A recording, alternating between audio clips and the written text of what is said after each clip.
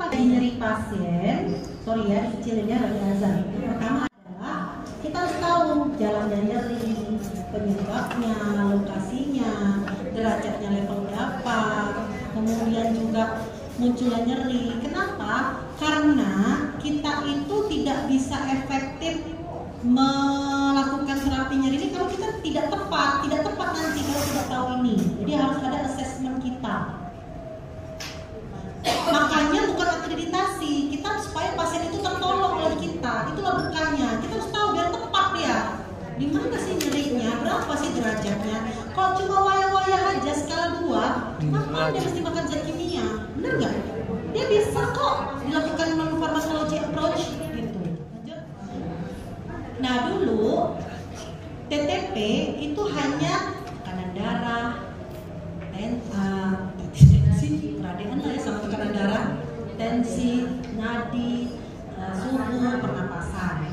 Nah jadi teman-teman jangan nggak tahu vital sign. The fifth vital sign is pain. Jadi nyeri termasuk dalam mengkaji tanda vital. Ketika mengkaji tanda vital satu paket dengan automatically periksa tensi, suhunya berapa, nadi, pernapasan, plus lanjut nyeri. Gitu ya. Lanjut. Ini masuk di dalam penilaian akreditasi. Tadi saya sudah jelaskan panjang lebar. Untuk menentukan terapinya efektif atau tidak. Kenapa harus tahu level 1kah, level 2kah, atau level berat? Kenapa? Supaya kita tahu berapa sih intensitas nyeri ini, berapa biaya nyerinya. Lanjut. Nih, coba perhatikan. Jadi, kalau kita salah menilai nyeri, kadang-kadang orang ini lebay badai aja, ambang nyerinya rendah. Dia sama-sama melahirkan, sama-sama anak pertama, sama-sama turun dari Mercy, gak pernah nginjak tanah kakinya, masuk ke IGD. Sama-sama prianya di darah biru, kita darah merah, dia biru darah. Maka kan jalannya tegak kali, gak tahu dia ngubur gak bisa sendiri ya kan? Ambil orangnya pakai mulut. Aduh, tolong capek deh, mentang-mentang jamnya ini mahal semua. Tangannya bisa digini-gini sendiri. Bisa? Dorong sendiri ke kuburan nggak bisa. Jadi nggak ada yang mahal-mahal, nggak ada lah. Nah, dua ibu dengan status sosial yang sama, dengan anak pertama yang sama. Kenapa lah? Satu jreng-jreng, jempeng-jempeng. Ayo, papa sakit loh. Pokoknya di rumah remaja, mau ditabuk ya petugas. Hah? Tabuk-tabuk petugas sakit-sakit. Satunya cuma astagfirullah. Aduh astagfirullah. Ya. Datang kita nih merempet. Buatnya aja yang diem-diem aja. Terakhir kali. Ada kesakitan. Ternyata ambang nyeri berbeda-beda setiap individu. Jadi nggak bisa teman-teman bilang luka sama-sama jatuh dari kereta, satu jembreng-jembreng, satu biasa aja. Nggak bisa sama. Maka dari itu perlu penilaian nyeri secara subjektif atau objektif dari dia. Karena tiap orang tuh ambang nyerinya beda. Bukan dia lebih badai. Ini giliran sekarang jeret-jeret, giliran buat diem aja. Nah, orang dia memang nggak tahan, nggak sanggup. Jadi harus betul-betul baca nyeri karena nggak sama. Kalau benar bisa sembuh nyeri berkurang. Kalau salah nyeri tidak akan teratasi, berlanjut kronik, akhirnya bisa shock myogeni, bisa sulit diobati. Jadi masalah nyeri bisa jadi masalah besar. Lanjut. Nyeri ini saya sudah bilang tidak boleh dari ukuran kita karena dia sifatnya itu individual. Makanya terus bertanya. Kalau bertanya pada orangnya namanya autoanamnesa. Kalau bertanya pada keluarganya, karena mungkin dia sudah udah panik ya, karena sudah terlalu sakit. Jadi kita bisa bertanya autoanamnesa kepada terdekatnya. Nah, kalau dokter tidak menanyakan, pasien tidak memberitahu dan ceritakan. Jadi hambatan selama ini kita cuma main checklist. Benar atau betul? Betul. Secara jujur kita sama dengan rumah sakit lainnya. Tidak bertanya betul-betul. Dua, pasien yang tidak bisa mengekspresikan. Padahal individu. Saya minta tolong mulai sekarang. Latah, begitu TPP, kaji nyari itu betul-betul. Berapa detik kok cuma PKRS itu sebentar kok. Makanya buatlah tulisan cantik-cantik, mistar, penggaris, gambar wajah. Jadi nggak perlu banyak ngoceh. Pak, ini Pak ada gambar. Mana kira-kira? Kalau visual bisa sih dengan melihat saja, tapi itu dugaan kita. Ya nggak? Kan bisa ala Indonesia. Lanjut. Nah inilah teman-teman, yang harus ada di rekam medis. Apakah punya kita sudah ada PKRST? Isinya ada penyebab nyeri provocation, ada quality, quantity, kualitas nyeri, ada region, daerah nyerinya di mana? Ini skala destra, sinistra, ada severity, skala, scale, keparahannya, ada time. Apakah punya kita ada PKRST-nya? Tidak. Nah, sebagian besar rumah sakit 90% PKRST-nya tidak tidak. Dicoret lah, di-strap lah, diginiin lah, tidak dikaji, tidak diisi. Mulai sekarang diisi dengan lengkap biar tidak merapel lagi 3 bulan. Coba kita ciduk, ada Bu Esti? Nah, Bu Esti belum ngomong, belum pulang Bu Esti-nya. Belum pulang nih, belum naik kereta. Nah, benar apa betul? Padahal di wajahnya ada lingkaran, skala nyeri 2. Atau PKRST-nya ada, di atasnya tidak di lingkaran. Ciduk yang lain, ciduk yang lain. Ada Bu. Isi.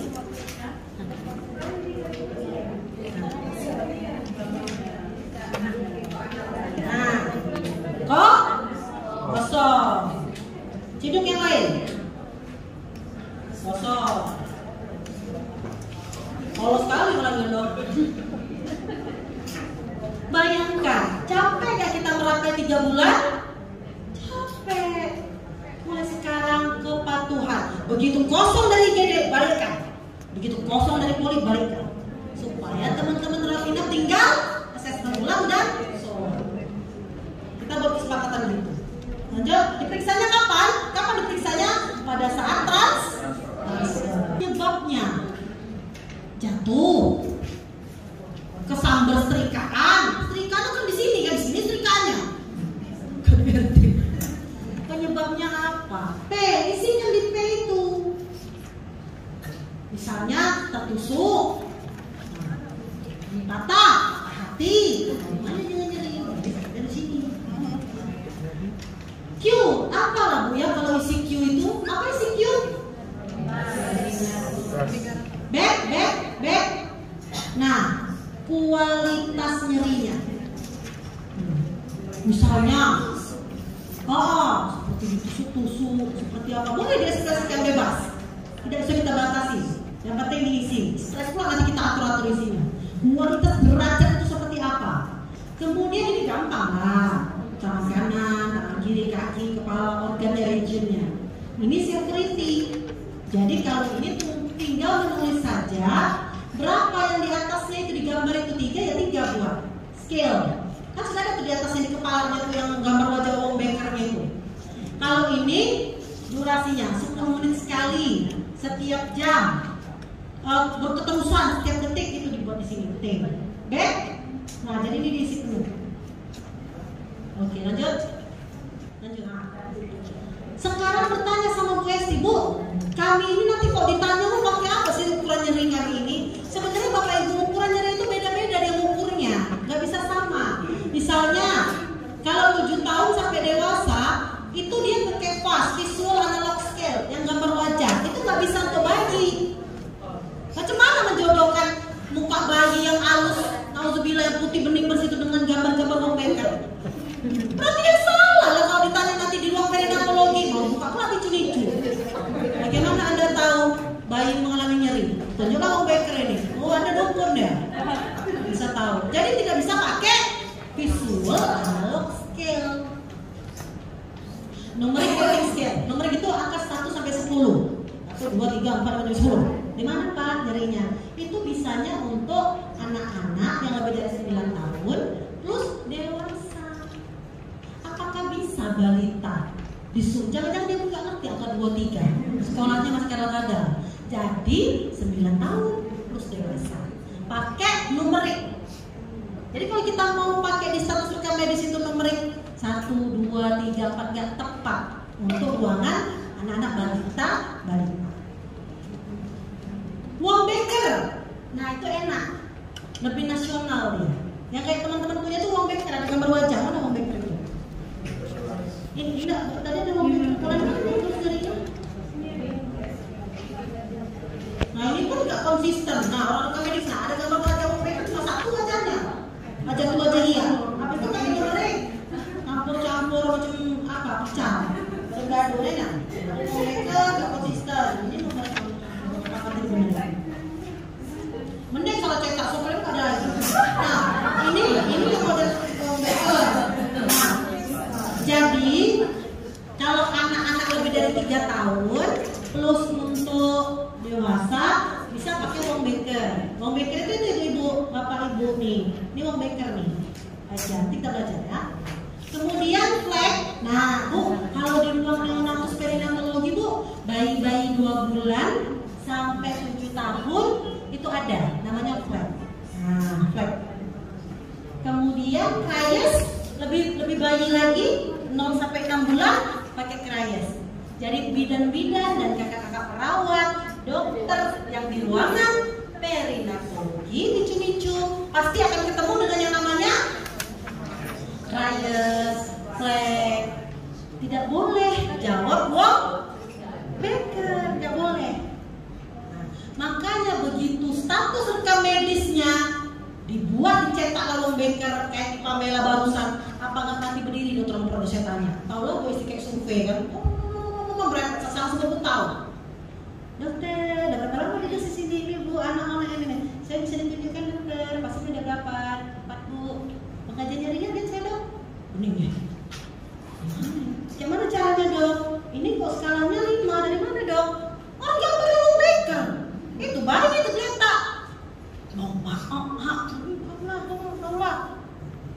karena tidak tepat tulisnya dengan hasilnya. Jadi rekam medis dari surga tidak mungkin skala dari ini dipukul rata. Pasti neonatus beda, dewasa beda, geriatri makan. Kemudian ICU, apakah bisa bertanya 1 sampai 10? Pasien tidak sadar, berarti kita itu perlu kesimalingkan, melakukan terapi. Karena nggak mungkin ICU dikaji pakai numeric rating scale. Berarti kita harus berobat. Orang ICU dicekik pun nggak mau dia jawab. Maka dari itu pasien ICU jeng-jeng dari surga rekam medik CPOT, Critical Care Pain Observation Room. Beda lagi. Karena dia mengkaji nyeri pada pasien tidak sadar. Dicekek pun dokter kuat bidannya sampai mati nggak bisa jawab. Kalau toolsnya Wong Baker ataupun apalah yang tidak sesuai dengan cerita saya. Kemudian neonatal infant pain score, ini bisa juga nih salah satu pilihan untuk ini nanti. Lanjut. Nah, dia akan bertanya sama pokjanya. Ini pokjanya gawean pokja PP dan PAP. Anda menetapkan pengkajian nyeri pakai Wong Baker, pakai libretis, pakai ini, pakai segala macam, apa evidence-nya? Jadi ini kita investigasikan dari sini, dari sini, dari sini, dari sini. Pakai ini, pakai ini, pakai ini, pakai ini, pakai ini. Ini semuanya harus bisa dijelaskan oleh pokja waktu ujian dokumen. Nah, ada dasar. Next. Jadi makanya ini aja, pilih yang ini karena manis, ada gambar-gambarnya, ada bagus, ada bulat-bulatnya. Enggak, dia pakai evidence base. Lanjut. Nah, sekarang kita baca satu-satu. VAS, VAS, Visual Analog Scale. Ask patient about their pain. Tanya pasiennya, kalau dipakai tanya pasiennya. Ada angka 0, 1, 2, 3 dan seterusnya. Ini untuk mengukur visual analog scale. Pas 0 sampai 4 dianggap nyeri rendah. Pas lebih dari 4 dianggap nyeri menuju berat. Jadi ini visual analog scale. Back, fast, back. Lagi nak 7 tahun sampai dewasa. Lanjut nak. Nah, numeric rating scale untuk anak-anak lebih dari 7 tahun. Ada angka 6, tidak ada nyeri, mild rendah, moderat sedang, severe berat. Pasien diminta menyebutkan 0 sampai 10 numeric rating scale. Ini bisa dipakai. 0. Anak-anak sampai lebih dari 7 tahun sampai dewasa bisa dipakai dengan menunjukkan mistar penggaris apa 1 sampai 10. Lanjut. Wong-Baker Face Pain Rating Score. Wong-Baker sekali ini berguna untuk dewasa dan anak-anak lebih dari 3 tahun yang tidak bisa menjelaskan secara tadi karena kita perlu lihat wajahnya visual. Dia belum bisa mengekspresikan sakit, tidak bisa. Atau yang bergangguan komunikasi, anak-anak, orang tua, pasien kebingungan. Jadi kalau ditanya, apakah geriatri bisa dikaji nyerinya pakai Wong-Baker? Bisa, karena dia bisa untuk lansia, bisa untuk orang keterbatasan komunikasi, karena lihat wajah. Nah, ini Wong-Baker. Cukup dengan melihat ekspresi wajah yang sedang diperiksa. 0, 10, jadi ini dia. Apakah kita sudah bisa mulai ada gambaran kita menetapkan apa? Nah, kita lihat punya kita ciduk masing-masing punya kita. Buka. Sudah nyambung masuk UST, bahwa kita harus tahu grade punya kita untuk pakai apa? Apa campur-campur nggak jelas? Apa campur-campur setengah-setengah? Apa kita tidak ada perbedaan? Jadi kita harus perbaiki. Kita memilih lanjut. Nah, ini untuk kawan-kawan yang merawat pasien baby. Jadi ini dia lebih dari 2 bulan. Sorry. Bayi yang kurang dari 2 bulan sudah bisa pakai Cryos. Cryos itu ada toolsnya. Lanjut. Nah, ini dia. Crying, expression, sleeplessness, requires, saturasi, increases vital sign. Jadi kalau misalnya teman-teman nanti dinasnya di neonati, pakainya bisa menggunakan Cryos. Gampang. Tinggal lihat. Nangis tidak ada nangis ya no. Checklist no. Lihat apakah ekspresi wajahnya seperti kan bayi-bayi gitu dia kadang-kadang ada nyeringgainya. Apakah dia sulit tidur? Semua ini di checklist 0, 1, 2 sampai habis. Nanti baru akan dapat totalnya. Lanjut. Nah, back dulu. Kali sekali back dulu. Nah, back. Nah, ini dia. Dari tadi dibulet-buletin totalnya berapa, akan dapatlah kelompoknya nyerinya berapa kalau untuk neonat. Kurang dari 2 bulan sudah bisa pakai Cryos. Lanjut. Terus apakah tepat teman-teman di bayi merawat pasien bayi Wong-Baker terus nyerinya? Nggak tepat. Jadi cepet-cepet periksa. Aku dinas di mana? Kata BSD nyeri dikaji kayak tanda-tanda vital. Kok alatnya salah nih? Nah, siapa yang kita ributin? Pokja dan bidadari semua. Karena sudah belajar. Yang mikir Pokja, PAP sama PP. Yang nyetak, yang fasilitasi, yang nomornya ini. Mereka user, pengguna. Di roda kalau nggak patuh nggak ngisi. Perkara buat, perkara mikir nggak urusan mereka. Pokja sama rekomendasi. Kebalikannya, yang nggak patuh nggak ngisi, taruh urusan mereka. Ada masing-masing tugas. Lanjut. Tapi kalau ada usia 2 bulan sampai 3 tahun bisa memilih tools flag. Nah, ini dia. Lihat face, legs, activity, cry, and mobility. Jadi ini dia nilainya. Lanjut, dari sini nanti tulis. Nah, gampang kok. Ini yang kemarin tidak bisa jawab. Satu ini aja cacatnya kemarin di Lucia. Bidan perawatnya bingung. Waktu saya tanya, tercetak dari kamera di sini tercetak, tapi nggak bisa jelasin. Jadi ini kita lihat face, lihat kakinya, lihat ininya checklist 0 kah, 1 kah, 2K. Ini udah pasti kasih di penjelasannya. Lalu kita total, next. Back. Nah, ini flag. Jadi kalau 2 bulan ke 3 tahun pakai flag, di sini total dikelompokkan. Lanjut. Nah, tadi Bu Esti udah bilang kalau pasien tidak sadar, ICU